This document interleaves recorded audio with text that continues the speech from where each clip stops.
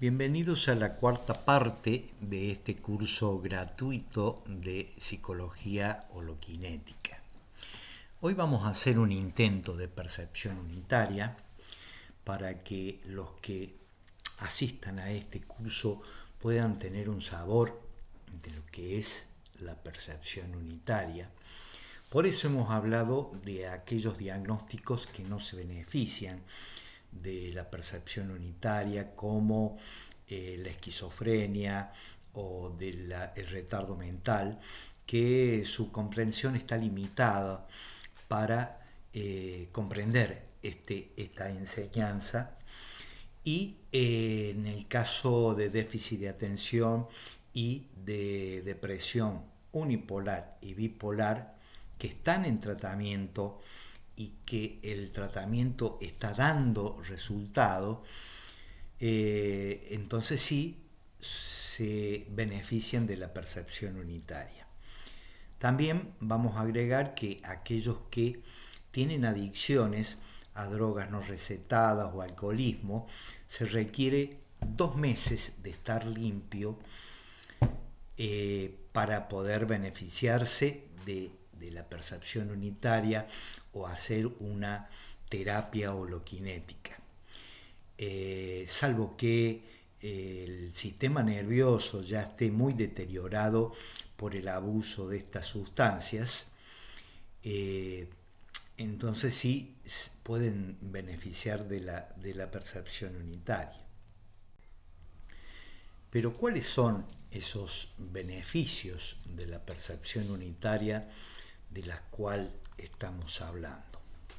El primer beneficio de la percepción unitaria es el contacto total y sin distorsión con la realidad, es decir, el contacto sin la interferencia de la memoria, de nuestras identificaciones, de nuestros condicionamientos, de nuestras experiencias y vicisitudes que hemos tenido en la vida, de nuestros conflictos, etcétera, etcétera. El intento de vivir en percepción unitaria se traduce inmediatamente en paz y una relajación no buscada. Cesa el conflicto, mejoran en esa paz todas las relaciones, se regenera, hay una regeneración también del cuerpo, aumenta la energía accesible de nuestro cuerpo, aumenta la inmunidad y se rejuvenecen todas las funciones fisiológicas. Se pueden curar algunas afecciones. Existen casos curados, por ejemplo, de gastritis, artritis, presión arterial, elevada presión arterial, sinusitis, algunas alergias respiratorias, y también se despiertan centros cerebrales que dejaron de funcionar por falta de uso. La actividad de estos centros se conocían en la India con el nombre de siddhis. Planear, mirar el miedo, imaginar el deseo, no tiene ningún valor. Es necesario ir viendo todo lo que va ocurriendo ahora mismo, sin futuro. Es decir, que para ver el miedo y el deseo, que son el núcleo del yo, será necesario mirarlo en el mismo momento que surjan y mirarlo sin palabras, sin verbalizar, sin buscarnos una explicación. Todo lo perceptible implica no que nos damos cuenta de algo o de alguien solamente, sino de todo lo que pasa en ese instante en la conciencia. Por ejemplo, no se trata de escuchar ese pájaro o el trino de los pájaros, sino de escuchar todo el sonido que llega al oído y escucharlo desde el cerebro. Al mismo tiempo, decir, al mismo tiempo, digamos que si queremos que el cerebro opere como una unidad expresando el máximo de su potencial, es necesario percibir lo que podamos percibir al mismo tiempo. Para esto no se necesita esfuerzo. Se trata de una manera de vivir. El peso de nuestro cuerpo, el sonido y todo el campo visual pueden ser percibidos al mismo tiempo, en quietud y en paz. Existe una corriente psicológica que clasifica el comportamiento humano en positivo y negativo y exhortan a una actitud positiva frente a la vida. Esta modalidad se ha convertido en una manera muy popular y muy difundida, generalizada, en la forma de describir la conducta humana. La expresión de este tipo de valoración es el ejemplo del vaso, de ver el vaso medio lleno o medio vacío, es decir, de percibir lo que hay o percibir lo que falta, sin reparar que ambas descripciones son igualmente ciertas y parciales, o sea, fragmentarias.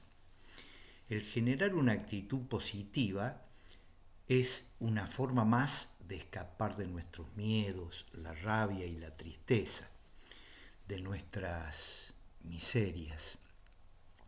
Este tipo de terapia reproduce el error de querer resolver el problema generado por una visión fragmentaria a partir de otra visión igualmente fragmentaria pero opuesta.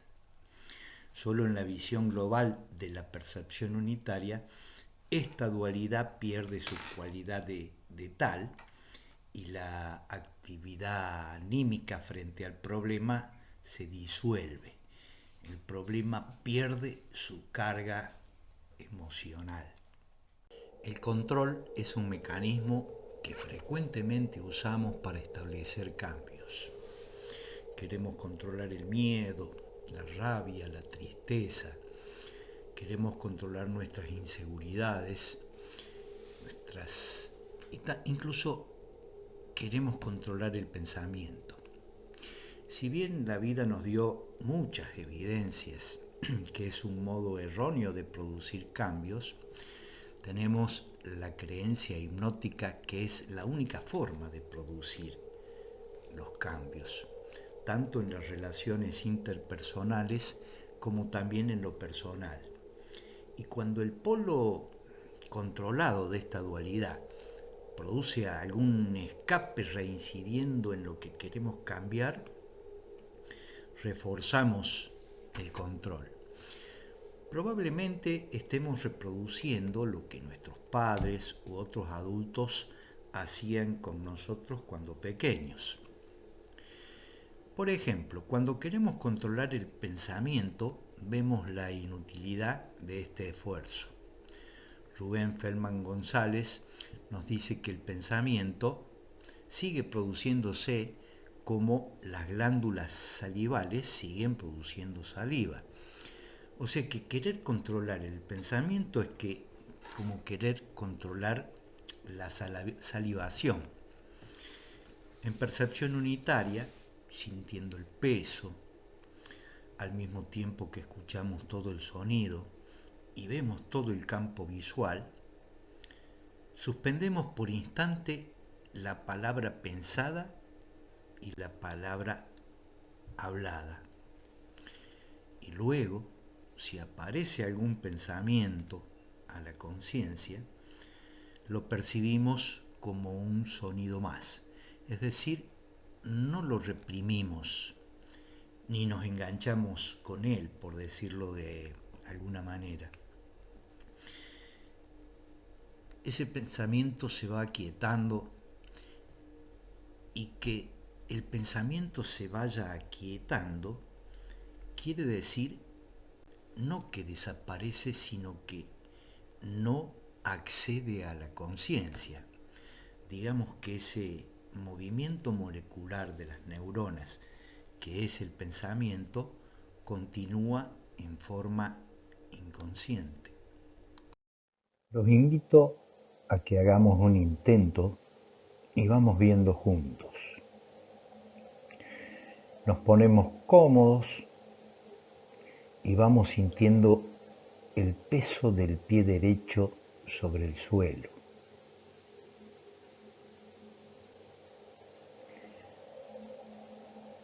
Al mismo tiempo que sentimos el peso del pie derecho en el suelo, sentimos el peso del pie izquierdo.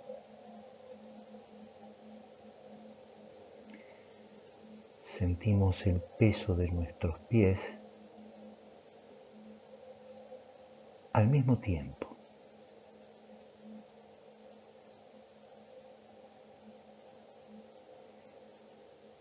Sentimos el peso del pie derecho e izquierdo al mismo tiempo. Al mismo tiempo que sentimos el peso en los pies, vamos sintiendo el peso en los apoyos.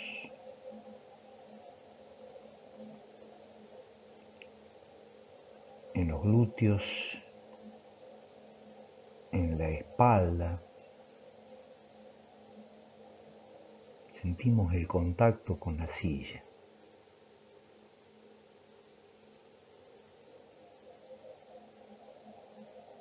Al mismo tiempo, sentimos el peso en los hombros.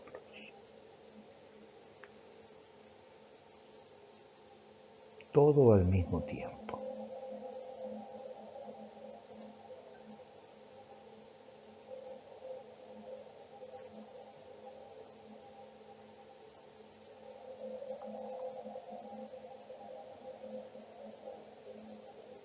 Y al mismo tiempo que sentimos el peso, vamos escuchando todo el sonido en nuestro cerebro. Escuchamos a quien nos habla, junto a todo el sonido que llega, sin distinguir, sin decir pájaro, auto o lo que sea. Es decir, todo el sonido audible.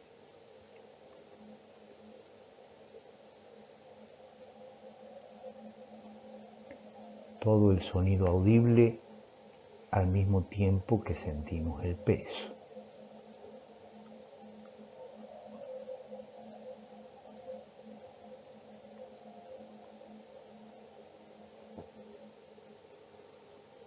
Sentimos peso y sonidos al mismo tiempo.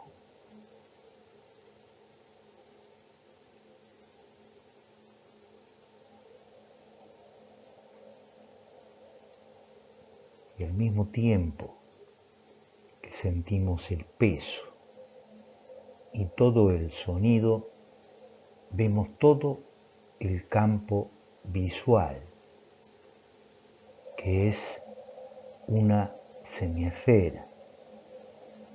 Todo ese movimiento de formas y de colores que se perciben en el campo visual.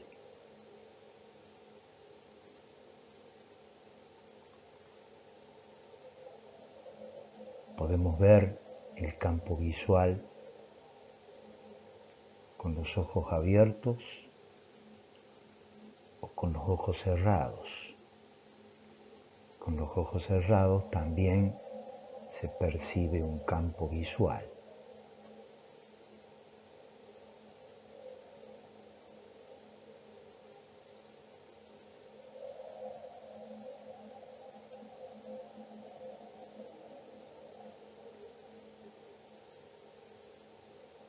Sentimos el peso, el sonido y vemos el campo visual, todo al mismo tiempo,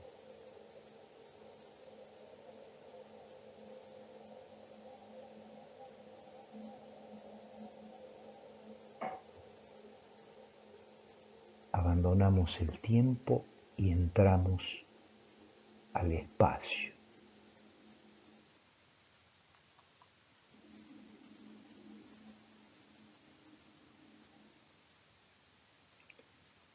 Por unos instantes abandonamos la palabra hablada y pensada.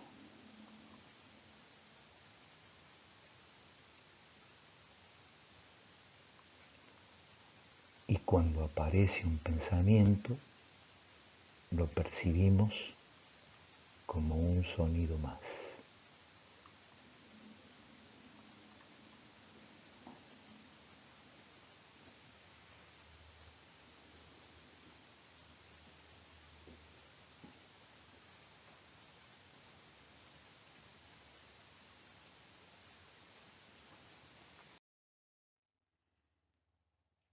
Vamos sintiendo el peso, todo el sonido y el campo, y vemos el campo visual al mismo tiempo.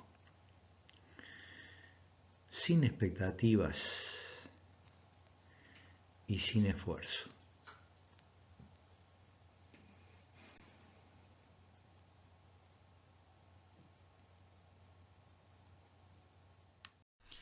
Si al intentar la percepción unitaria sentimos somnolencia, hormigueo, palpitaciones o dolor de cabeza, no es que la percepción unitaria provoque estas afecciones, sino que en este caso la percepción unitaria está delatando el estrés. El estrés se cura trabajando menos, durmiendo 8 o 9 horas, sin pastillas, y realizando una caminata diaria de 1 hora. Esta es una de las formas de cuidar la energía, y el intento de la percepción unitaria requiere energía. Luego el cerebro, al funcionar integradamente, funciona como un acumulador de energía que la descarga en el cuerpo. Quiere decir que el intento facilita intentos posteriores, contribuyendo con la energía que se libera. Entonces, la percepción unitaria no solo nos trae más tranquilidad y paz y un nuevo significado a nuestras vidas, sino que nos da gran energía, y si somos persistentes y tomamos en serio la percepción unitaria, va ocurriendo una transformación, una mutación, como lo veremos ahora en la metáfora de la oruga y de la mariposa. Mirando este video, vamos a hablar de la metáfora de la oruga. La oruga, que nace de un huevo porque se le acaba el alimento, entonces come vorazmente hasta completar su crecimiento. Esto lo vamos a homologar al ámbito C, donde esa voracidad de la oruga comiendo vegetales es la necesidad de provecho, de prestigio, de poder que está en el ámbito C. Pero llega un momento en donde la oruga empieza a formar un capullo, y dentro de ese capullo ocurre toda una metamorfosis, toda una transformación. Este capullo lo homologamos al ámbito B, a la percepción unitaria, donde ocurre toda una transformación psicológica, una transformación donde se desprenden mucho de nuestros condicionamientos y se renueva, nos sentimos renovados con una significación distinta, una nueva vida, como vemos a la mariposa que va saliendo de esa transformación que le trajo el capullo, que es la percepción unitaria, y empieza a desplegar sus alas para poder volar. Pero también acá hubo una transformación de su aparato bucal, donde ya no hay tampoco esa voracidad que tenía la oruga. Su aparato bucal pasa a ser una espiritrompa que solo le sirve para libar las flores, aquellas que poliniza, pero tampoco hay una oruga que siga a la mariposa, como diciendo no hay que seguir a un líder, a un gurú, es algo que lo podemos hacer nosotros por sí mismos. La humanidad está esclavizada por el ámbito C y busca desesperadamente la solución a los problemas dentro de este ámbito. Y este ámbito solo puede crear más problemas, pero no solucionarlos. Sabemos que la mente no es solamente el ámbito C, como la metáfora que usamos para explicar que la mente no es solamente pensamiento. La mente tiene dos órdenes, el explícito y el implícito, y tiene tres ámbitos: el ámbito C, lo conocido; el ámbito B, la percepción unitaria; y el ámbito A, que no es posible describirlos con palabras. El ser humano nace, como dijimos en la metáfora de la casa mente, en una casa que tiene varias habitaciones, el baño, la sala, el jardín, etc. Pero el ser humano nace en el baño, el ámbito C, crece, se reproduce, trabaja, es decir, pasa toda su vida en el baño y muere en el baño. Esta es la tragedia de la humanidad. Vivir en el ámbito C sin conocer otros ámbitos, ni el ámbito de lo sagrado, que se llama ámbito A, y menos el ámbito B, que es la percepción unitaria. Se desprecia metafóricamente el jardín, la sala y la plaza, etcétera, que son parte de la mente, y se está contento con los productos del baño, es decir, con los productos del pensamiento. Esta es una forma de comunicar que la mente también es percepción unitaria. Obviamente en lo cotidiano no nos pasamos el día dentro del baño, sino lo usamos ocasionalmente cuando es necesario. De la misma manera, el ámbito C, el baño de la metáfora, se puede usar solo cuando lo necesitamos, cuando el pensamiento es funcional, es decir, pocos minutos al día. Y es la inteligencia de B que nos indica cuándo es necesario pensar y cuándo no es necesario. Estar en paz no es buscar la paz, ni planear estar en paz. La paz no se controla, no se logra, no se alcanza. Uno está en paz o no. Antes de que uno pueda estar en paz, en el contento por nada, tiene que verse todo el descontento personal, los miedos, la rabia, la envidia, etc. Y para que esto ocurra, uno tiene que darse tiempo y espacio para el silencio. Al menos al principio se debe intentar la percepción unitaria cuando uno está tranquilo, sin una carga emocional que lo haga más difícil. Como dijo Jiddu Krishnamurti, empiece con una flor. En el intento de la percepción unitaria, sin esfuerzo ni expectativa, nos vamos dando cuenta que en la vida cotidiana vemos más con la memoria que con la retina de los ojos. Y que con la memoria y el pensamiento inventamos una realidad que la llamamos vida imaginaria. Y lo que emerge a la conciencia son esos momentos vividos imaginariamente. La única manera de vivir una vida no imaginaria es la percepción unitaria, que no es que no se produzcan imágenes, pero esas imágenes no son la vida entera. Y se dice que es la única manera, porque al ser una función cerebral, la estructura del sistema nervioso hace que exista un solo camino. Y así van apareciendo contenidos del inconsciente, como si fuera una sesión de psicoanálisis, y vamos de insight en insight.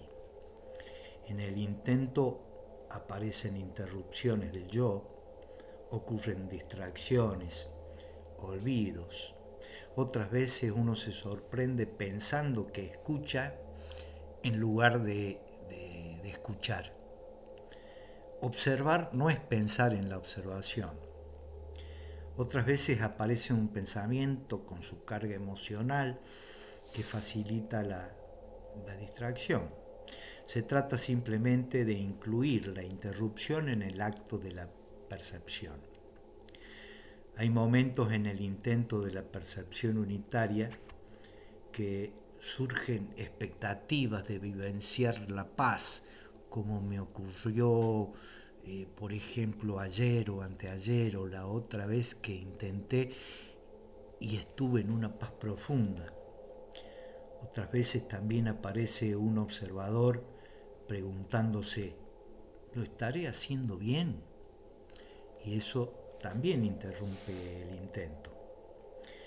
También ocurre que uno olvida que la percepción unitaria es una función cerebral y hace un esfuerzo por lograrla, como empujando la mente para que llegue la paz. Pero uno se va dando cuenta que el deseo de paz no trae paz. Y no es una técnica o un proceso, sino una contingencia. Puede ocurrir o no. Cada uno en su laboratorio va intentando y sumado a la lectura de la obra, la comprensión va llegando y la percepción unitaria se hace más consistente y espontánea. Como dice Rubén Feldman González, la percepción unitaria va echando raíces en el cerebro. Es muy marcada la tendencia a regresar una y otra vez al pensamiento y a lo conocido. Hay resistencias a vivir en percepción unitaria y aun cuando la paz y el gozo que ésta nos trae son innegables. Todo lo que somos es enemigo de la percepción unitaria. Vivimos la vida imaginaria que por resultarnos familiar le rendimos culto y pareciera que preferimos vivir con el sufrimiento. Nos dice Rubén, RFG, que el que rechaza la paz es porque no conoce la paz.